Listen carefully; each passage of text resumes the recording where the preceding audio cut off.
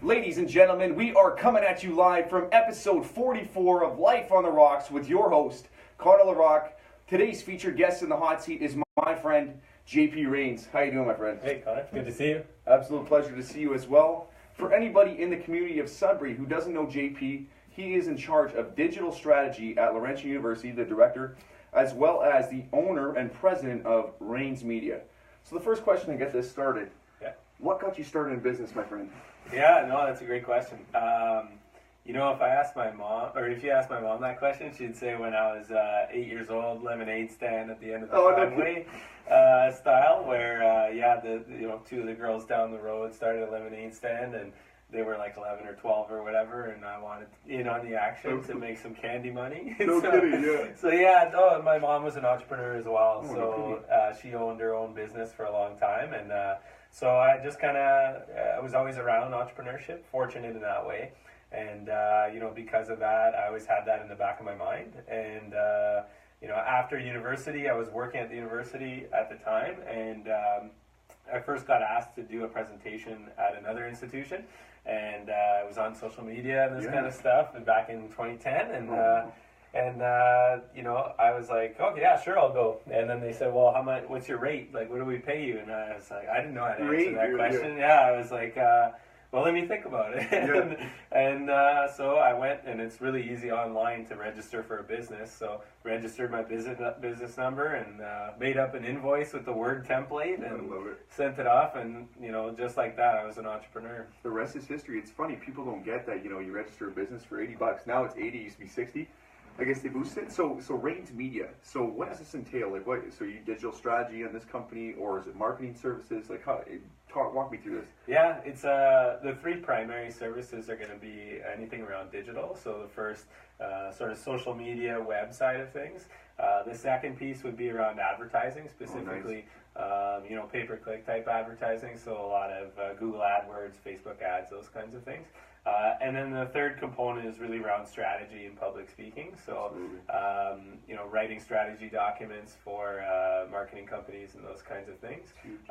In a lot of cases, for my expertise in higher education, and so that's kind of the primary areas, and that's been the areas that have been growing, is working with other universities and colleges outside of Ontario. Well, I think that's great too, especially getting in with the university. It's such a big spectrum, right? What would you say in terms of your company? What is probably the most difficult aspect of it, like in terms of services? Because social media marketing, you have that, then you have obviously the advertising piece. People don't get it. Everyone thinks marketing's easy, but then when you actually try to start marketing and try to get numbers, it's difficult, right? Yeah. So what would you think is probably the hardest part of your business in terms of that? Yeah, I think that's a great question. What I'd probably say, not necessarily the hardest piece from a technical perspective, but being able to properly manage your clients and manage the workload, I think, is the biggest thing. So with, especially myself, it being sort of my part-time stuff, right? So that's nights and weekends. So in a lot of cases, it's finding the right clients that have the right expectations around, okay, it's 3 p.m. and I can't necessarily call JP right now because he might be in a meeting, or he might be on episode 44 of Life on the Rocks. There it is. But because of that, I've found the right client mix now, so they know exactly what I'm doing and that kind of stuff. So it's having the right clients first, and then second, I think the technical components are pretty straightforward. I think the thing in this sphere in digital marketing and that kind of stuff is just making sure you're at the crest of the wave, and there's always going to be a new strategy and all that kind of thing. In the last almost 10 years of doing this now, there's always a new strategy. We were chatting earlier about the Facebook algorithm changing, and so that changes our strategy, right? So those are the two components. Yeah. No, absolutely. I was going to say too, especially in the managing your team and then the time, it's like, okay, everybody's like, they probably want access to JP, get the advice from it. In terms of your actual business, like in terms of coming up with a strategy, like what made you aim in the marketing sector? Like, have you just always had a passion for marketing, or you know what I mean? Because people, for anyone else out there that doesn't know, JP also teaches at Laurentian University. Yeah. What got you into communications? Yeah. I'm sure I put trying to trace it back. Trace it back at the context. I've always had a lean towards sales and marketing. So originally, some of my first jobs as a 16, 17, 18-year-old was sales and marketing type of work. Definitely. So I started as the tourism information officer for the city of Timmins. I'm from Timmins, and so I would go and give all kinds of tourism information, which Awesome. about Timmins. And if you've been there, you know that it's a great place to visit, but there's a limited amount of things you can do as a tourist in Timmins. So really understanding how to sell the city and the great things that you can do there. At the same time, we had a few little retail pieces trying to sell stuff, and so I negotiated making a little commission out of that stuff. So that was always fun from the sales perspective. And then naturally with sales kind of comes marketing. And at first I was really lining up towards a sales gig. And in fact, after graduating from university, I had an offer to be a sales representative for the Toronto Marlies hockey team. It's huge. Wow. So I had done my internship there in the sales department, I didn't know that. as well as the media relations department. So I did 2 internships while I was there. A side story for you guys is, I showed up first day for the internship, sales internship. Yeah. So I'm ready to sell tickets and get more clients in and all this kind of stuff. And so I go for lunch with my boss. He takes me out for lunch. We went to a very fancy place. It's called McDonald's. Oh, and the media relations coordinator came along. He was the comms guy, right, the PR guy. And he said, "Well, I don't have an intern. How would I get an intern?" And I was like, "Well, I'll do that for you too." So that's how I sort of started getting into the communication side of things, and started getting more exposure to those pieces. And I actually started a blog because of that. Oh, nice. And so that's kind of how I moved into the marketing communication sphere. Yeah. And at the time, this is 2008, so 10 years ago, the hockey teams didn't really have blogs, and they didn't really have social media and those kinds of things. So talk about being on the crest of the wave, that was really the start of it. So a lot of it was timing. So it was fortunate to have good timing, and being an intern in 2008 in the teeth of the recession, back half of 2008, 2009, there wasn't a lot of jobs available. So they were looking for people to do a lot of work for very little money, and I was eager to do it. Exactly, too, and especially when you're in that environment. People don't want to believe it, and I never wanted to believe the mentality that timing is everything. In a lot of cases it is. You get all of a sudden bang into, the president or CEO of some company, meet them, opens up another door. Yeah. I want to ask you specifically, so with your company, like with all these different aspects, like do you have a specified niche when you're looking for clients, or is there anything specific you look for? Yeah, no, that's a great question again. Yeah. When I think of the things what is my unique value proposition, it really exists in the niche of higher education and customer experience, so those types of things. So in that, unique value proposition, I'm going to appeal strongly to higher education. So my clients are largely in that space. Nice.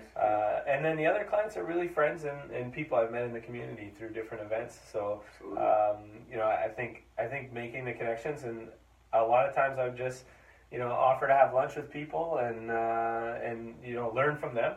And something that Dominic Giroux, former president of Laurentian, current CEO of the hospital, used to always say in the context of fundraising was that if you ask for advice, you get money, and if you ask for money, you get advice. Well, I went around for a long time asking for advice on just learning from people, and because of that, I got opportunities that came out of it, right? So I would say, what do I look for in a client?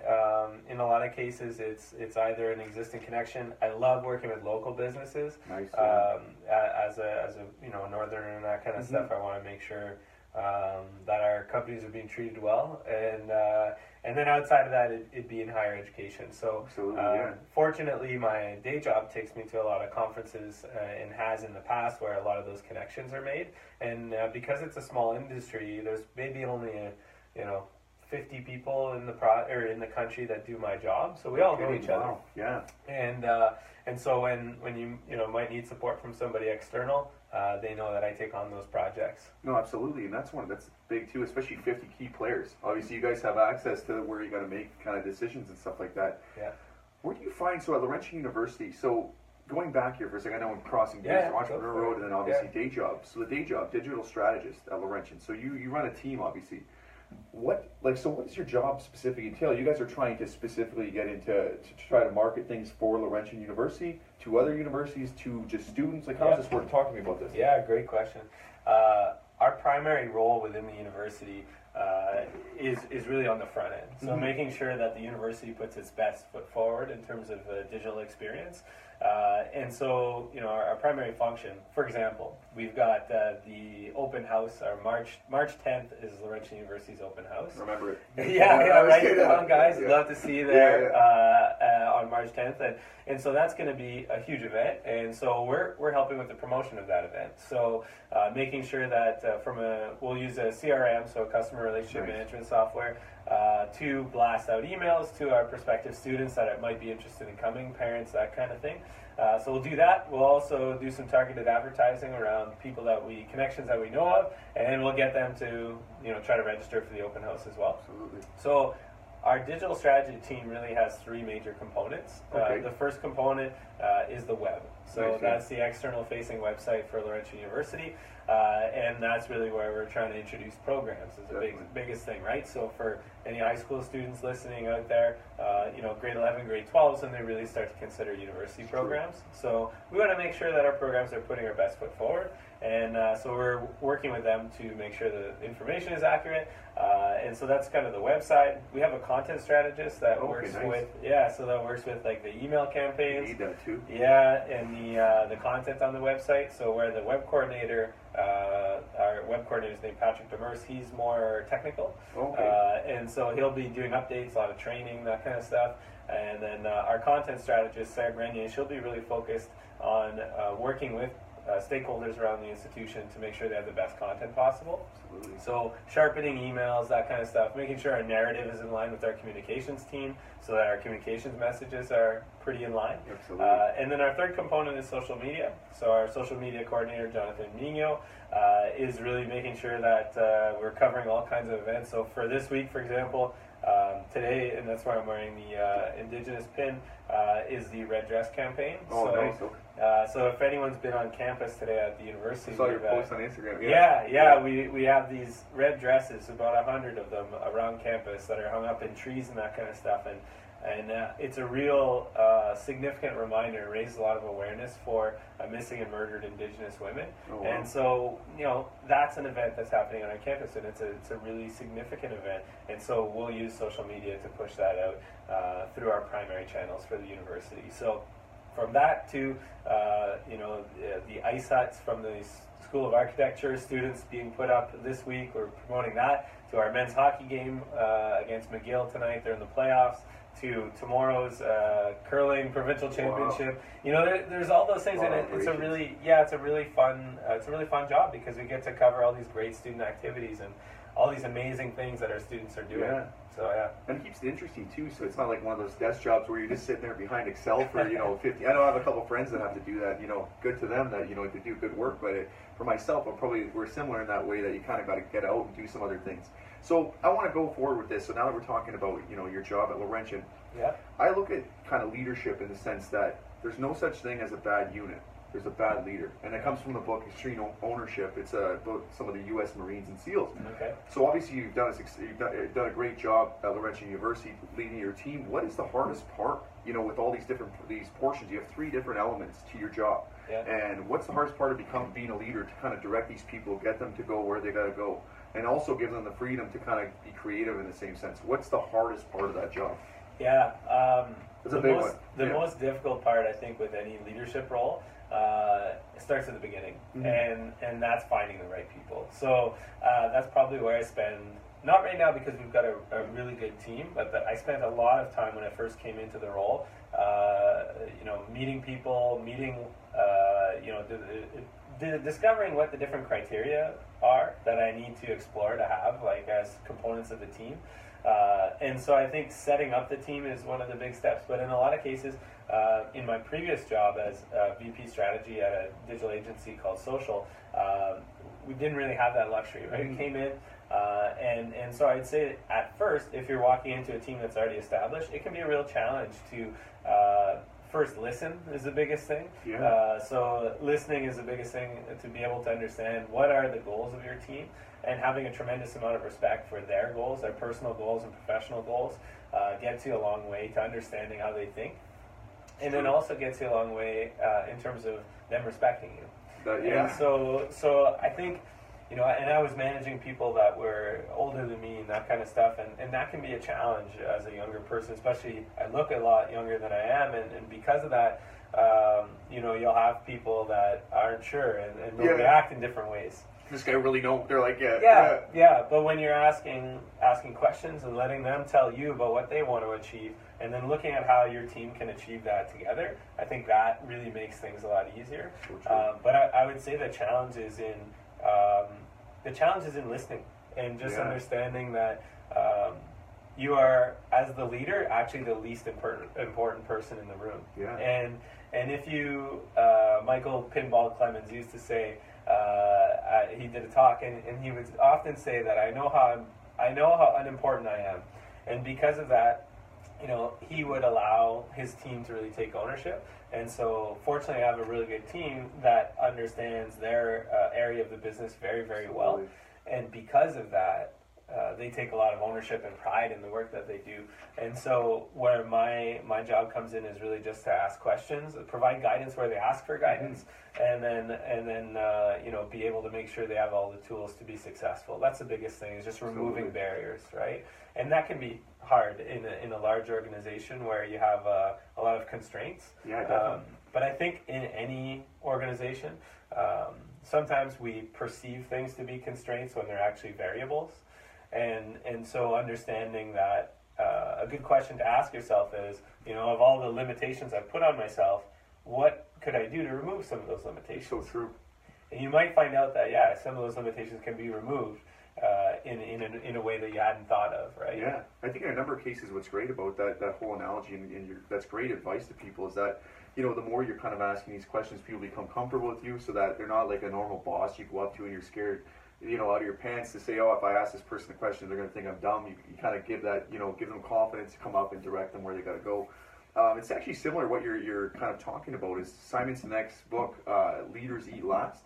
It's a lot of the similar mentality, and I think it's hard for a lot of us. Like, I'm an energetic guy, I like to talk, you know, but at the same point, the best salespeople, the best leaders are the ones that are able to listen, gather the intelligence, and be able to direct it where it's got to go. And try not to be a bad person in it. You know what I mean? Some leaders got to make decisions, and that's hard. I can imagine for you, you might have a team saying we got to do this, but you know, as a strategist, the guy, the key crucial player and component, you kind of got to direct it where it's got to go. But moving forward here for a second, I got to ask you, this is important. I mean, you're working with Laurentian Higher Education. How did you become a teacher? You're a teacher too. Like, that's another huge, like, that's a big milestone. I got to give it to you. That's great, you know? Again, kind of timing, and so... They must have liked him at Laurentian. Yeah. Well, it's fortunate. So I worked at the university for 5 years, and then I left and worked for the agency for 2 years. And then I came back, and I've been there for 2 years since then. And so, you know, there was this opportunity where there was changes in the School of Sports Administration, which is where I teach. And I'm a graduate of the School of Sports Administration in my undergrad, or the SPAD program, as they call it. Yeah. So I was president of the alumni chapter for SPAD. And so I was working closely with the faculty members there and spreading the word about the program and all those kinds of things. And, you know, I saw, you know, in talking to them, I saw there was an opportunity to teach a course on sport media and communication. And media and communication is essentially what I do. So, so I was interested, you know, had a chat with them, and then they said, let's do this thing. There's an application process, and you know, fortunately, I got selected out of the application process and started teaching in September. And to be honest, it was never like a dream or anything like that. It was something that I thought I could do and help the students, get close to the students, and you know, produce graduates that I think the Alumni Association would be very proud of, and help influence the quality of the program. So I very much took it as an opportunity to give back. Certainly, teaching does not make a lot of money. It's about the feeling that you get out of it and the ability to give back. So So fortunately, I had finished my master's degree, and because of that, and the work experience that I had, qualified me to be teaching in the program. Teaching, that's huge. Yeah, I mean, that's a big component. Yeah, so I taught the first class in the first semester last year, Wow. and then second class this semester this year, and so far so good. I'm actually enjoying it much more than I thought, and it's really because of the top quality students. No, absolutely. I think they say too, like true experts come when you know, it's not only when you know your craft, it's when you can teach to others. Yeah. That's when you truly know. Like, I mean, especially as being a leader, you're directing a lot of people, then you get to go in front of a class. It's kind of like public speaking every day. You know what I mean? You get to go teach them. You build your, or not your audience, but you kind of build rapport with everybody. Yeah. Get to see the skills and stuff like that. I make the joke, you know what I mean, as a teacher, and don't take it the wrong way. It's that, you know, it's back in school. I had really bad grammar and spelling, so I was keeping them in a job. You know, it was never like that though. Like never. No, that's my one. That was my one thing as a student. You know, I could write, but it was just that my grammar. I couldn't. You know, I figured it out. Takes forever. It does. I got to download Grammarly. I think that's the best thing. It's that app that came. Yeah, I've used it for sure. Yeah. No, absolutely. But going forward here for a second, crossing over. So you said obviously your MBA had drove to get you getting the job as a teacher. I have nothing against getting an MBA. I was actually looking into schools for a long time. I was looking into law school as well. I know sometimes on my post people might take it the wrong way, like I'm chirping or against the education system. Definitely not. Just I say sometimes there's options. How did you feel? Like, what did you find? Like, you discovered with the MBA program. Like, what did it offer? Just I know there's lots of skills, but just in your experience, I'd just like to hear. Yeah, and I, as an undergrad student, like I went and did my first degree, and I was like doing the minimum. You know what I mean? Whatever I needed to do to get my 70% or whatever it was to move along, because I looked at my university experience as, okay, if I can get 70% or I can get 90%, and to get 90% it means I can't go and join intramural rec hockey, and it means I can't go to my friend's birthday party, or it means I can't go to Toronto for the weekend, or whatever it is. I don't want to compromise those things for an incremental grade that may not have an impact. So That's huge, yeah. So that was my opinion in university. Different in high school when you need, to get a certain grade to get into a certain program. So I had that mentality, thinking that I would never do my master's degree because it wasn't a thing that I would consider, and certainly not right away. So I worked for the university for a year. Fortunately, the university being a place where our employees have a tuition waiver, so our employees don't pay tuition. So because of that, and the dependence of our employees, so a lot of children of our employees don't have to pay tuition. You still have to pay for everything else associated, so there is a cost. Yeah. But that was a unique opportunity. So I said, you know what, I got a full-time job, and I'm doing the entrepreneurship stuff on the side, but I can't really pass up this opportunity. Absolutely. And so during the MBA, it was a challenge, be honest, and I'll say that a lot of times I said it was more of a exercise in patience than intellect. But I think I met a lot of really good people during the MBA, which was by far the biggest benefit out of it. And I got to meet some really interesting professors as well, which was useful. So I would say that the biggest benefit was the connections. Connection based, yeah. Honestly, like having the business background already, like I had done a business degree undergrad and then doing a master's. There was a lot of things that we had already covered, so I don't necessarily think that was the biggest component for me. It is for like an engineer that comes and does the MBA. But I think, you really gotta want it. That's the biggest thing. So I don't think it's right for everybody. I think a lot of people do it and shouldn't be doing it. Me. Yeah, no. Well, I mean, it depends why you're doing it, right? For daddy, it didn't work. I'm just kidding. No, you're right. A lot of people come out of graduation at the undergrad level and say, my job prospects aren't that hot, so can I look at doing my master's degree at this point?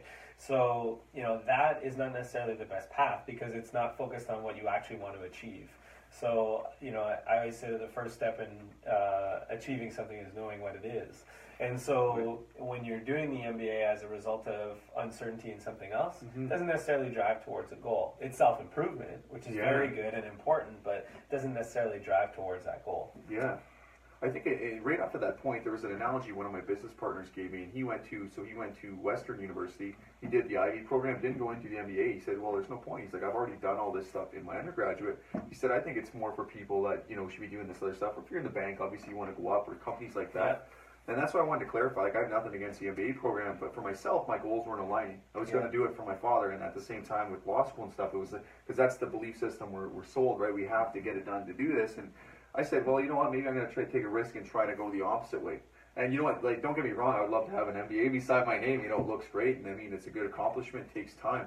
It just depends, I guess, for students out there. It's that certainty factor. It's like, are you just using this to get a job? Is there any other avenues or things? Especially now. And then most people, it's hard to see that, you know, they really aren't working LinkedIn as much as they should. And that's like the sleeper. You know what I mean? Most people should be really working their LinkedIn so that when you go online, apply for jobs, it's a really big component, I think.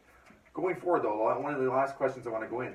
Another facet, obviously, you're in all these elements. I love it. You know what I mean? You got different things on the go. It's huge. Like, would you argue that you should have multiple things on the go, or you should focus on one specific task? A lot of people, there's a controversy there where I like to do multiple things. It keeps me focused. You know, I have not too many, but you know, enough.